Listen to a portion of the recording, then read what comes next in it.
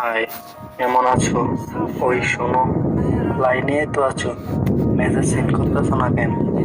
হ্যাঁ, কি হয়েছে বলো। তোমার সমস্যা কি? দেখতেছো আমি মেসেজ সিন করি না, তারপরও মেসেজ দিতেছো। বুঝলাম না, তুমি বুঝতেছো না? হঠাৎ এমন কথা, কি হয়েছে তোমার? আমার সমস্যা মানে?